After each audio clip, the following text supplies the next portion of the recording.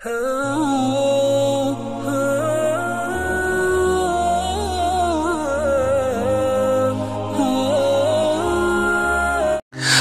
वालेकुम दोस्तों, कैसे हो? उम्मीद है कि सब खैरियत से होंगे। अल्लाह आप लोगों को ऐसे ही खुश रखे। सरकार दो आलम सल्लल्लाहु अलैहि वसल्लम की जिंदगी पर बनने वाली वीडियो सीरीज का ये तीसरा हिस्सा है, यानी पार्ट 3 है। थोड़ा हम रिकैप कर लेते हैं कि हमने दूसरे हिस्से में क्या सुना, ताकि ये तीसरा हिस्सा हमें अच्छे से समझ में आए। हमने दूसरे हिस्से में सुना कि हजरत इस्माइल अलैहिस्सलाम की औलाद में कुसै बिन किलाब पैदा हुए।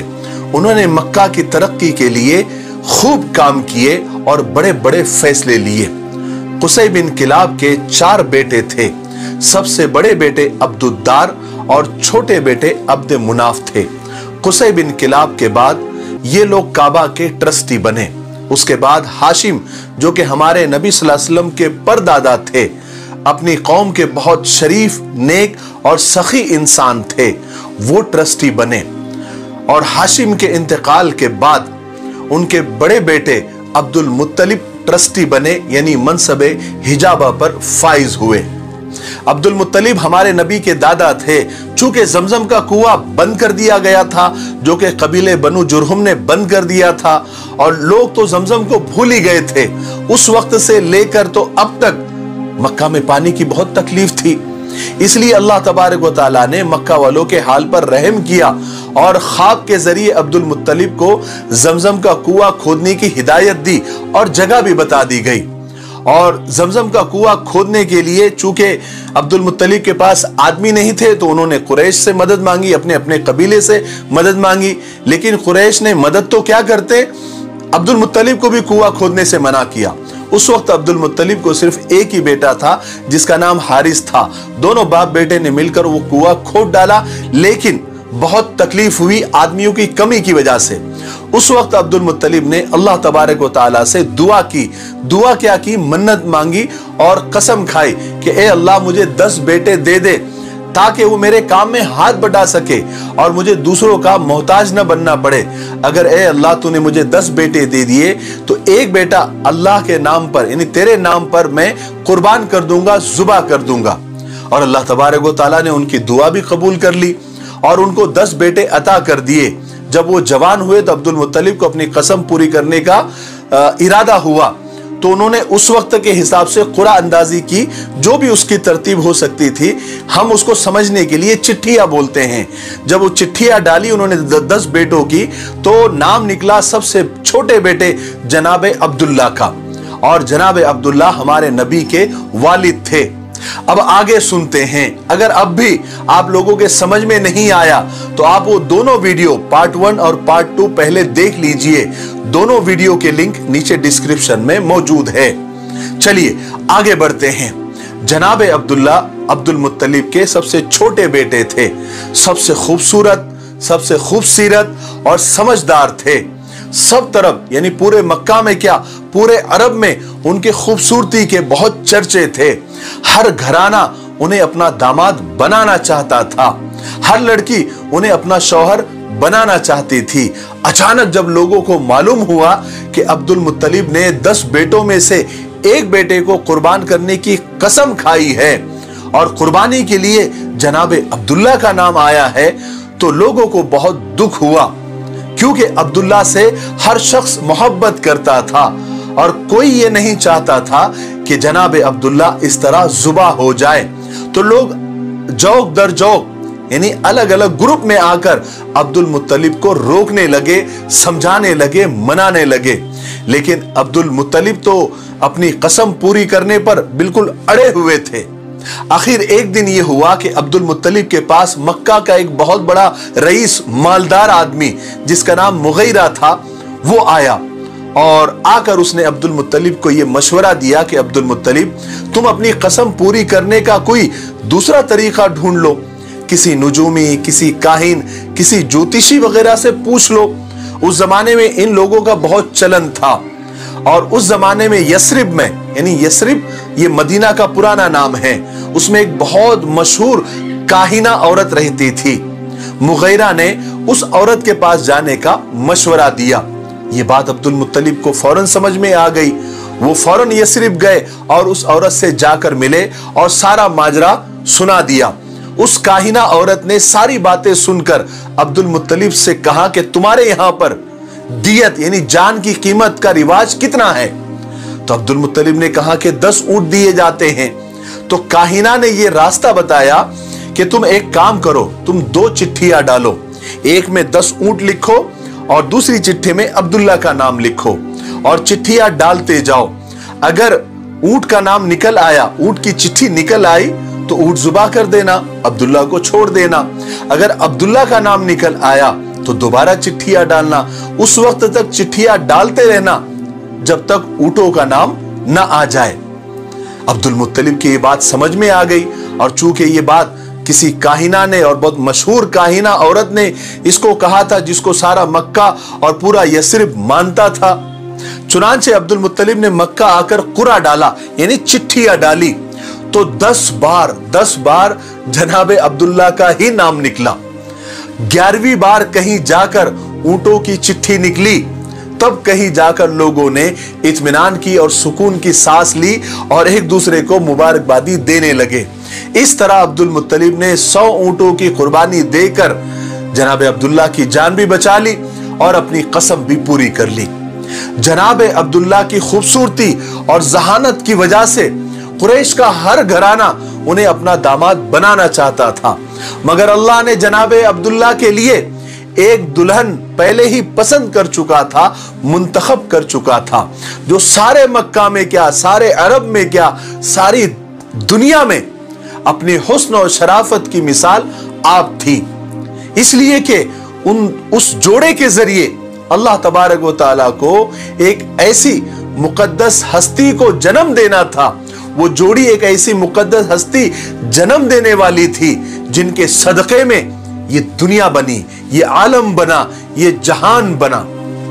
अब्दुल मुत्तलिब ने अभी तक जनाबे अब्दुल्ला का कहीं रिश्ता मंजूर नहीं किया था, लेकिन उसी जमाने में ये एक वाकया मिलता है कि अब्दुल मुत्तलिब का यमन सफर हुआ, यानी यमन का सफर पेश आया। तो अब्दुल मुत्तलिब यमन गए और वहां पर जाने के बाद वो एक यहूदियों के बहुत बड़े आलिम के पास ठहरे। एक दिन वो यहूदी आलिम अब्दुल मुत्तलिब को बड़ा गौर से देखने लगा, फिर अचानक बोलने लगा कि ए इब्ने हाशिम, अगर आप इजाजत दें तो मैं आपके बदन का कुछ हिस्सा देखना चाहता हूं। अब्दुल मुत्तलिब को बड़ा ताज्जुब हुआ, मगर उन्होंने इजाजत दे दी क्योंकि वो यहूदियों का बड़ा आलिम था। अब उस यहूदी आलिम ने अब्दुल मुत्तलिब का बदन टटोलना शुरू किया, यानी देखना शुरू किया। देखते देखते उसकी नजर अब्दुल मुत्तलिब की नाक पर पड़ी और उसने जल्दी से अब्दुल मुत्तलिब के नथने देखे और पुकार उठा कि मुबारक हो तुम्हें ए इब्ने हाशिम, मुझे एक तरफ से नबूवत का पता चलता है और दूसरी तरफ से सल्तनत और बादशाहत का पता चलता है। फिर उस यहूदी आलिम ने कहा कि ए अब्दुल मुत्तलिब, अपने बेटे का रिश्ता बनु ज़ोहरा के खानदान में ही करना, क्योंकि इसी खानदान में नबूवत के मुझे आसार दिखते हैं। अब्दुल मुत्तलिब ने बात को गौर से सुना और मक्का आ गए। सफर खत्म हुआ। उस वक्त हर घराना जनाब अब्दुल्ला को हासिल करना चाहता था और कोशिशें भी कर रहा था, रिश्ते भी भेज रहा था, मगर अब्दुल मुत्तलिब रिश्ता कबूल करने से पहले अब्दुल मुत्तलिब ने तहकीक की कि बनु ज़ोहरा में कोई लड़की है या नहीं। फिर उन्हें पता चला कि बनु ज़ोहरा में एक लड़की आमिना है जो शादी के लायक है और जो वहब की बेटी है। उन्होंने फौरन जनाब अब्दुल्ला के लिए रिश्ता भेजा। हजरत आमिना के माँ बाप खुद ही जनाब अब्दुल्ला को बहुत यानी हर तरह से पसंद करते थे। पैगाम मिलते ही उन्होंने फौरन रिश्ता मंजूर कर लिया। उसके बाद थोड़े ही दिनों के अंदर खानदान बनु ज़ोहरा की बेटी हाशमी घराने में बियाह कर आ गई और शादी के बाद ही जल्दी ही हजरत आमिना उम्मीद से हो गई, यानी प्रेग्नेंट हो गई। फिर हुआ यह कि हजरत आमिना के हामिला और प्रेग्नेंट होने के बाद एक वाकया पेश आया। वाकया क्या था? एक दर्दनाक हादसा था। उस जमाने में एक तिजारती काफिला यानी एक बिजनेस टूर मक्का से शाम जाने वाला था, जिसके साथ जनाब अब्दुल्ला का भी जाना बिल्कुल तय था। चुनांचे नई नवीली दुल्हन से रुखसत लेकर जनाब अब्दुल्ला काफिले के साथ मुल्क शाम रुखसत हो गए। शाम पहुंचकर काफिले ने जो भी उनको लेन देन करना था, खरीदो फरोख्त करनी थी, सामान लेना बेचना वगैरह सब पूरा अपना वो निपट कर वो काफिला मक्का के लिए वापस रवाना हुआ। लेकिन अल्लाह को यह मंजूर नहीं था कि जनाब अब्दुल्ला दोबारा घर लौटे, अब्दुल मुत्तलिब अपने बेटे को दोबारा देखे और जनाब अब्दुल्ला अपनी नई नवीली दुल्हन से फिर मिले। जब यह काफिला यसरब पहुंचा तो अचानक जनाब अब्दुल्ला की तबीयत खराब हो गई और कुछ ही दिन के बाद उनका इंतकाल हो गया। उन्हें यसरिब के करीब ही एक मकाम इबवा पर या अबवा पर दफन कर दिया गया। जब यह खबर मक्का पहुंची कि जनाब अब्दुल्ला का इंतकाल हो गया है तो मक्का में कोहराम समझ गया। हर छोटा बड़ा अपना पराया, हर कोई गमजदा था, हर कोई रो रहा था, क्योंकि सब जनाब अब्दुल्ला को बहुत चाहते थे और उनकी अभी अभी शादी भी हुई थी और उनके घर बच्चा पैदा होने वाला था। मगर जिस खुदा ने इस घर को, इस घराने को यह गम दिया था, उसी घराने को खुदा एक बहुत बड़ी नेमत से नवाजने वाला था, जिसकी खुशियां हर गम पर भारी होने वाली थी। चुनांचे वक्त गुजरता गया, हजरत आमिना के यहां पैदाइश के दिन करीब आते गए। फिर वो मुबारक दिन आ ही गया, 12 रबीउल अव्वल पीर का दिन, अंग्रेजी तारीख 20 अप्रैल 571 की सुबह के वक्त दुनिया व आखिरत की बरकतें और रहमतें लेकर एक सरापा नूर बच्चा दुनिया में तशरीफ ले आया और यही बच्चा पैगंबरे आखिरुज़्ज़मा रहमत आलम हजरत मोहम्मद सल्लल्लाहु अलैहि वसल्लम थे। सब दरूद शरीफ पढ़ ले और जब भी सरकार दो आलम सल्लल्लाहु अलैहि वसल्लम का नाम आए तो जरूर दरूद शरीफ पढ़े, इसका एहतमाम करे। बड़ा बदनसीब है वो इंसान कि जिसके सामने सरकार दो आलम का नाम आए और वो दरूद शरीफ न पढ़े। अब यहां पर वीडियो काफी लंबा हो रहा है तो हम तीसरे हिस्से को यहीं पर खत्म करते हैं। लेकिन आपको मैं चौथे हिस्से में जो एक वाकया आप सल्लल्लाहु अलैहि वसल्लम के पैदाइश वाले साल ही हुआ था, यानी आमुल फील इस साल को कहते हैं। इस साल जो है, जो अब्रहा बादशाह था जिसने जो काबे को ढाने के इरादे से आया था, उसके साथ क्या हुआ उसका मुकम्मल वाकया जो कुरान पाक में भी अलम तरा कैफ़ फ़अल रब्बुका बिअस्हाबिल फील ये सूरे में जिसका तस्किरा है, वो वाकया मैं आपको चौथे हिस्से में तफसील के साथ बताऊंगा। तो थोड़ा इंतजार करें, हो सकता है कि कल ही मैं वो वीडियो अपलोड कर दूं।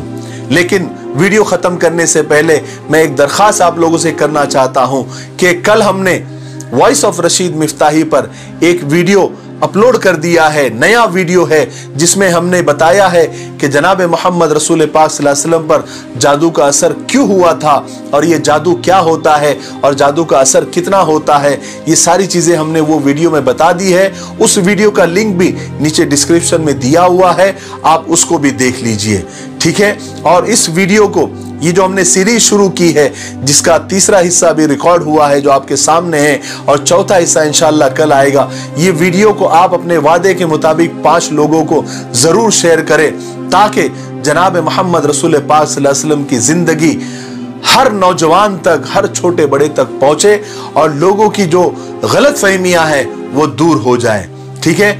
तब तक मेरे लिए, पूरी उम्मत के लिए और पूरी इंसानियत के लिए खैर और भलाई की दुआ करते रहे।